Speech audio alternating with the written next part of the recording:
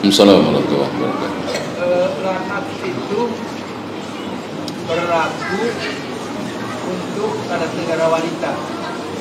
Pada umumnya wanita berpakaian laki-laki.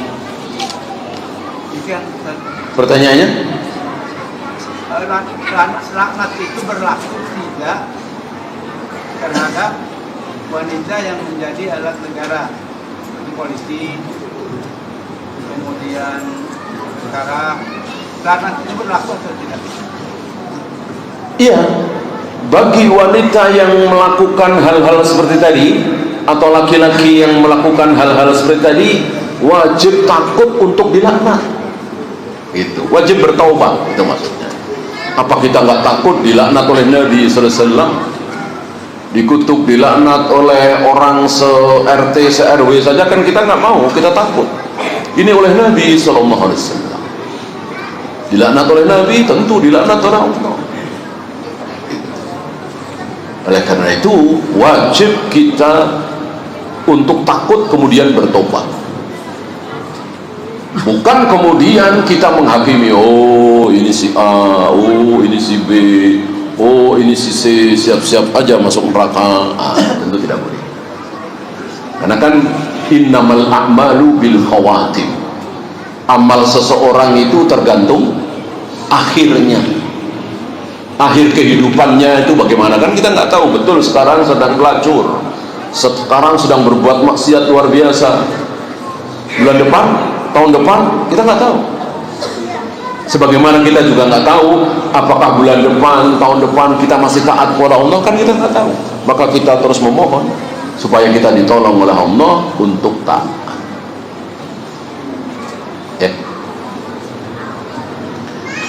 Apa pengertian dilaknat dan dikutuk? Apakah tidak diampuni? Tergantung.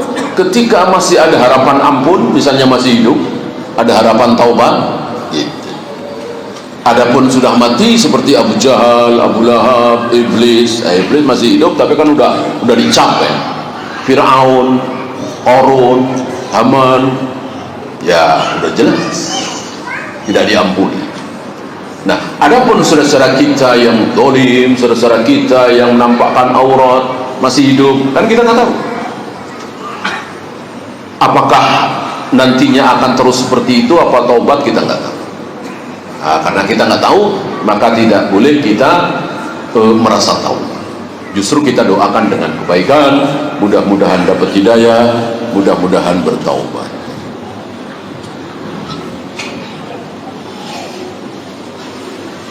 Pernahkah Nabi sholat witir lebih dari 3 rakaat tapi hanya dengan 1 salam? Saya tidak tahu. Yang 3 rakaat 1 salam itu jelas bukan hanya perbuatan tapi perintah langsung. Jangan jadikan witir kalian yang 3 rakaat seperti maghrib. Artinya jangan pakai atahiyat awal. Bolehkah tadarus mushaf Al-Quran tetapi diluncat-luncat juznya? Tidak boleh. Baca Al-Quran itu berurutan. Habis Al-Baqarah, ya tentu Ali Imran. Habis Ali Imran, tentu An-Nisa. Habis An-Nisa, Al-Ma'idah, Al-An'am, Al-A'raf dan seterusnya. Kenapa diluncat-luncat? Kecuali belajar. Ayat ini berhubungan dengan An-Najm. Kita buka An-Najm. Boleh. Kalau tilawah terus berurutan, baik ayatnya ataupun suratnya. Bolehkah baca Al-Quran saat kultum sebelum sholat witir? Boleh. Boleh. Yang tidak boleh ketika ada yang baca Al-Quran. Ada yang baca Al-Quran, ya misalnya antum di sini kan siap denger ya. Nah, saya sedang baca Al-Quran, antum baca juga, ataupun nggak mau dengerin. Nah, itu yang tidak boleh. Malah ngobrol. Wa idza quri'al Qur'an fastami'u lahu. Kalau Al-Quran sedang dibaca, diam. Wajib diam, dengarkan. Oleh karena itu kalau antum sedang berempat, berlima di mobil, jangan nyetel Jangan nyetel murotal, ya, mati, kecuali sendiri. Gitu. Dan tentu biasanya kita akan ngobrol, ya kan?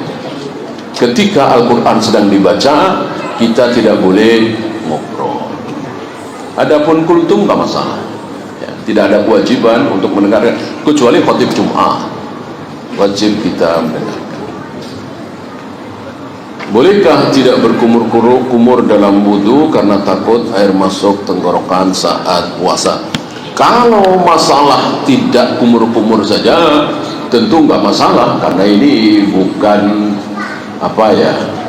syarat sahnya wudu. Tetapi kalau takut masuk, ya berarti seolah kita suudon kepada Rasul dan para sahabat. Ya. Rasul dan para sahabat biasa, tidak ada perbedaan antara wudu ketika puasa, ketika sedang tidak berpuasa, kecuali istinsyaq. Nah, untuk istinsyaq jangan terlalu dalam saat berpuasa. Adapun kumur-kumur nggak ada. Tentu Rasul dan para sahabat lebih tahu dari kita semua, lebih hati-hati dari kita semua. Ketika Rasul dan para sahabat tetap berkumur saat berpuasa, ya mosok kita jadi lebih hati-hati, nggak usah berkumur. Gitu. Adapun tidak berkumur, memang tidak menjadikan wudu kita tidak sah. Wallahu. Ya, habis kita persiapan berbuka. Kita akhiri subhanallahumma bihamdika asyhadu an la ilaha illa anta astaghfiruka wa atubu ilaik. Assalamualaikum warahmatullahi